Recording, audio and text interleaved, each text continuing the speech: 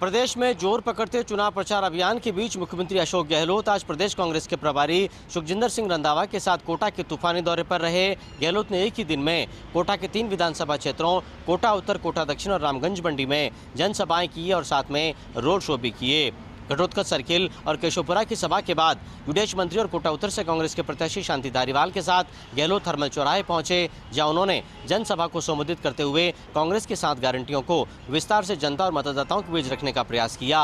गहलोत ने कहा कि सत्ता में वापस लौटे तो ओपीएस गारंटी कानून सहित सभी गारंटियां भी पूरी करेंगे। गहलोत ने इस दौरान बिना नाम लिए कोटा उत्तर से बीजेपी के प्रत्याशी पर तीखे तंज कसे और कहा कि कोटा अब पूरे देश के नक्शे पर है और साथ में शहरी विकास का एक मॉडल बन गया है। सभा के दौरान प्रदेश कांग्रेस के प्रभारी सुखजिंदर सिंह रंधावा ने तो विदेश मंत्री धारीवाल की तारीफों के पुल ही बांध डाले। रंधावा ने कहा कि धारीवाल वैसे तो बुजुर्ग दिखते हैं, लेकिन जब बोलते हैं तो शेर की तरह दहाड़ते हैं। उन्होंने कहा कि कोटा की जनता और यहाँ के मतदाता पर धारीवाल का जादू है। मैंने भी 4 चुनाव जीते हैं, लेकिन ऐसा जोश कहीं नहीं देखा। सभा के दौरान कोटा उत्तर प्रत्याशी धारीवाल ने अपना रिपोर्ट कार्ड जनता के सामने रखने का प्रयास किया और विकास के काम गिनाते हुए कहा कि पूरे 5 साल मैंने विकास और तरक्की में लगा दिए। अब अगर मौका मिला तो 5 साल जनता के बीच रहूंगा और कार्यकर्ता की मजबूती के लिए काम करूंगा।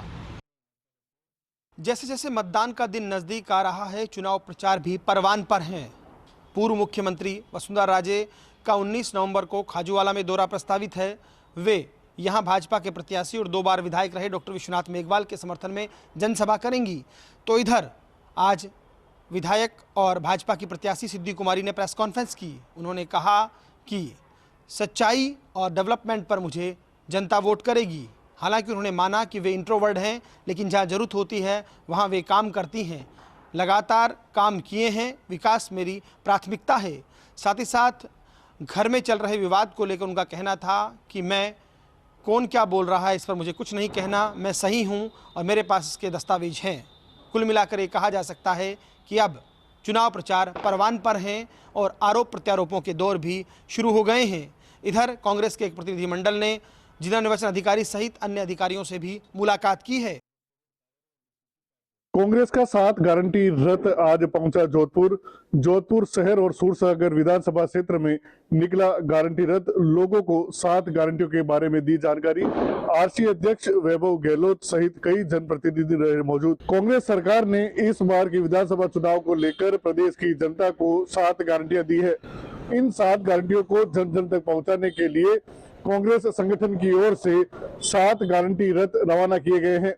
जोधपुर में आज यह गारंटी रथ पहुंचा, जहां रातनाडा गणेश मंदिर में विधिवत पूजा अर्चना के साथ यह गारंटी रथ रवाना हुआ।